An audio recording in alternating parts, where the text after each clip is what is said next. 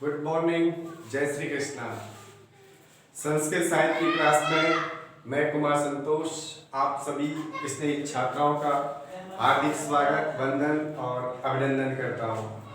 स्नेही छात्राओं, आज का हमारा टॉपिक आपके पाठ्यक्रम में सम्मिलित एक प्रमुख पुस्तक वैदिक सूक्त मंजरी होगा। क्या होगा?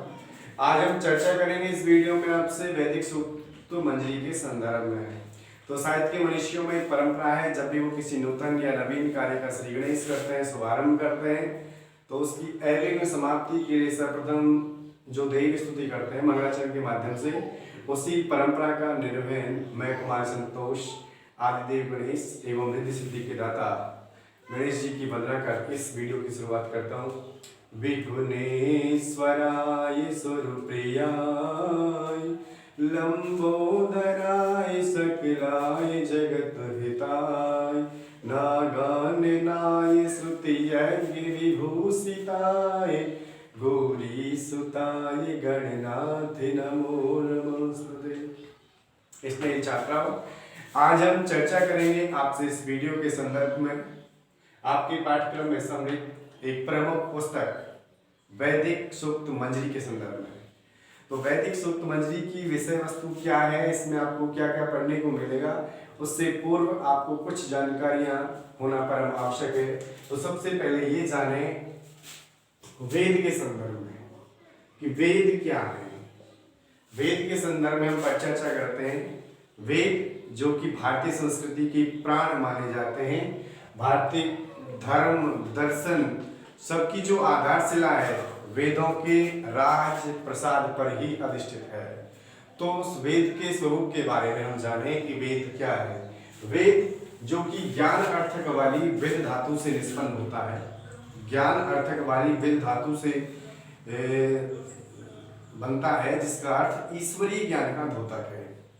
तो वेद की परिभाषा हुई यानी कि ऐसा ज्ञान जो ईश्वरीय ज्ञान से युक्त है। वेद किसी पुरुष विशेष की रचना नहीं है। तो वेद की एक परिभाषा आपको ध्यान रखनी है सर्वदा, अपौरुषीय वाक्यम वेद है, कि जो किसी पुरुष विशेष के द्वारा नहीं रचे गए, ऐसी रचना को क्या बोलते हैं? वेद। वेद जिसको भारतीय संस्कृति का प्राण माना जाता है। अब देखें वेद कितने हैं हमारी संस्कृति में, उनके संदर्भ में भी आपको जानना है। हमारी संस्कृति में 4 वेद हैं। कितने वेद हैं? 4। उनके नाम है ऋग्वेद, यजुर्वेद, सामवेद और अथर्ववेद। ऋग्वेद जो ऋचाओं वाला वेद है, जिसमें विभिन्न ऋचाओं के माध्यम से देवताओं की स्तुति वंदना की गई है। यजुर्वेद जो कर्मकांड से संबंधित है, और सामवेद जो संगीत का जनक माना जाता है, और अथर्ववेद जिसमें जादू टोना अंधविश्वास का वर्णन है। लेकिन आपके पाठ्यक्रम में जो सम्मिलित है वैदिक सूक्त मंजरी, उसके बारे में केवल आपको संसार की सबसे प्राचीन सबसे विशाल जो रचना है ऋग्वेद, उसके संदर्भ में आपको जानना है। किसके बारे में? ऋग्वेद के संदर्भ में जानना है। तो ऋग्वेद क्या है? ऋग्वेद जो कि ऋचाओं वाला वेद है, सबसे प्राचीन है, सबसे विशाल है। इसका विभाजन मंडलों में हुआ है। ऋग्वेद का जो विभाजन है वो मंडलों में हुआ है, और इसमें मंडलों की संख्या कितनी है? 10 है। ऋग्वेद में 10 मंडल हैं, 1028 सूक्त हैं, और 10,580 मंत्रों का प्रयोग हुआ है। किसमें? ऋग्वेद में। ऋग्वेद जो कि ऋचाओं वाला वेद है, ऋचा अर्थात जिन मंत्रों के माध्यम से देवताओं की स्तुति की जाती है, वंदना की जाती है, उन्हें ऋचाएं बोलते हैं या मंत्र बोलते हैं। तो ऋग्वेद का विभाजन मंडलों में हुआ है। मंडलों की संख्या 10 है, 1028 सूक्त हैं, 10,580 इसमें क्या है? मंत्रों का प्रयोग हुआ है। ये बात आपको जाननी है। अब आप देखें आपके पाठ्यक्रम में क्या क्या आपको पढ़ने को मिलेगा। इससे पूर्व आपको थोड़ा सा ये जान लेना आवश्यक है, परम आवश्यक। ऋग्वेद की जो लोकप्रियता है उसके संदर्भ में जर्मन विद्वान मैक्स मूलर महोदय क्या बोलते हैं? यावत् स्थास्यन्ति गिरयः सरितश्च महितले, यावत् स्थास्यन्ति गिरयः सरितश्च महितले, तावद् ऋग्वेदेषु महिमा लोकेषु प्रचरति। अर्थात जब तक इस धरा पर, जिस पर हम और आप निवास करते हैं, उस पर ये पर्वत और नदियां विद्यमान रहेंगी, तब तक ऋग्वेद की महिमा इस संसार में क्या रहेगी, प्रचलित रहेगी।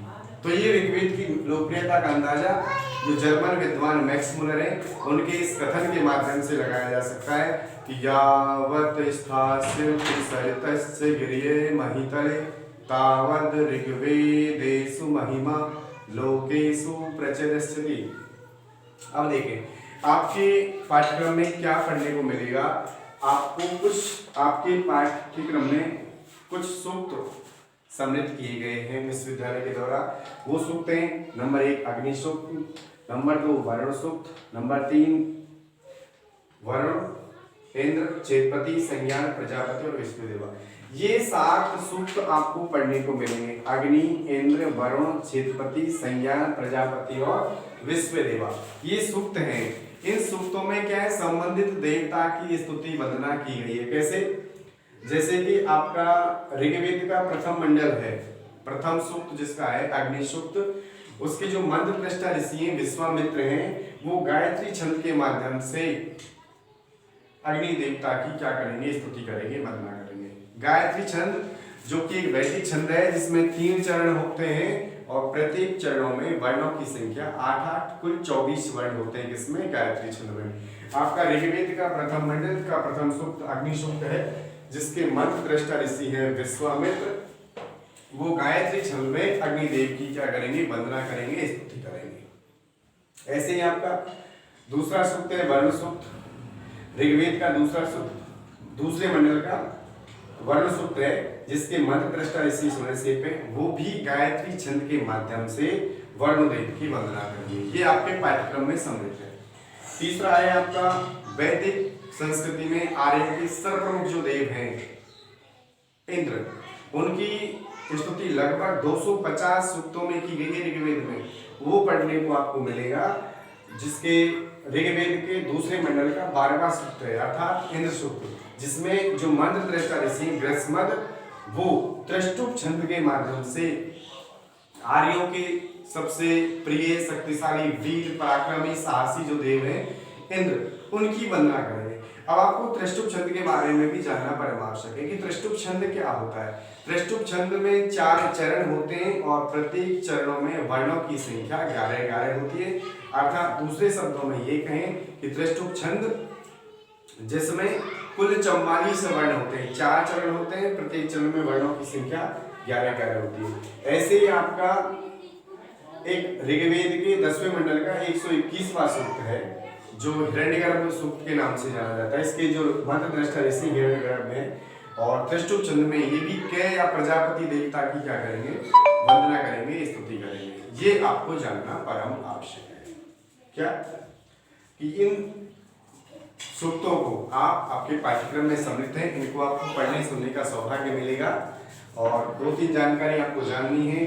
मंत्र हैं, मंत्रों के माध्यम से ये जो मंत्र दृष्टा ऋषि हैं वो क्या करेंगे, इन प्रमुख देवताओं की वंदना करेंगे, स्तुति करेंगे या इनकी महिमा का गौरव गान करेंगे। तो सनद रहे मंत्र अर्थात ऐसे श्लोक जिनका मनन किया जाता है, जिनके माध्यम से देवताओं की स्तुति की जाती है, उसे हम क्या बोलते हैं, मंत्र बोलते हैं। तो ये वैदिक सूक्त मंजरी की एक सामान्य सी भूमिका रही जो हमने आपको बताई। इस जानना यही आवश्यक है कि हमारी संस्कृति के जो आधारभूत 4 वेद हैं वो वेद कौन से, ऋग्वेद, यजुर्वेद, सामवेद और अथर्ववेद, ये 4 हैं। वेद कहते हैं किसे, ज्ञानार्थक वेद धातु से वेद सब निष्पन्न होता है जो ईश्वरीय ज्ञान का द्योतक है। किसका है, ईश्वरीय ज्ञान का द्योतक है। वेद की परिभाषा भी यही है, एक और से वाक्यम वेद है, कि एक और से जो वाक्य हैं वो वेद हैं। और कुछ समीक्षकों ने तो यहाँ तक कह डाला कि नास्तिकों वेद निंदक है, जो वेद की निंदा करते हैं, जो वेद पर विश्वास नहीं करते, वेद वाक्यों का पालन नहीं करते, उनको नास्तिक की संज्ञा दी गई है। किसके द्वारा, भारतीय मंत्र दृष्टा जो ऋषि हैं उनके द्वारा। आज की वीडियो में मैं आपको इतनी सी जानकारी दूंगा। वैसे आज हमारा राष्ट्र एक कोविड-19 नामक भयानक वैश्विक महामारी से गुजर रहा है। मैं ईश्वर से कामना करता हूँ कि शीघ्र ही हमारा राष्ट्र इस वैश्विक महामारी से उभरेगा, हम और आप फेस टू फेस रूबरू होंगे और जीवन में इस प्रकार से आने वाली समस्याओं से घबराना मानव मात्र का धर्म नहीं है। क्योंकि संघर्ष का दूसरा नाम ही जीवन होता है। संघर्ष व्यक्ति को हर कदम जारी रखना चाहिए, क्योंकि संघर्ष से ही व्यक्ति की पहचान होती है, संघर्ष से ही व्यक्ति निखरता है। तो मैं कुमार संतोष इन शब्दों के साथ आपसे विदा लेना चाहता हूँ इस क्लास में।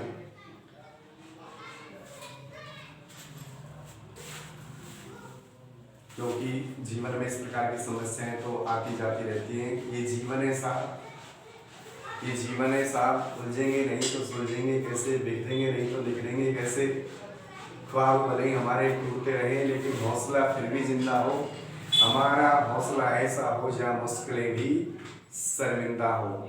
इन्हीं शब्दों के साथ मैं चाहता हूँ आप नए जोश उत्साह के साथ अपना अध्ययन सुचारू रूप से जारी रखेंगे, क्योंकि वैदिक उक्ति है स्वाध्याय मां प्रमद। इस स्वाध्याय से हमें कभी प्रमाद नहीं करना है, आलस्य नहीं करना है।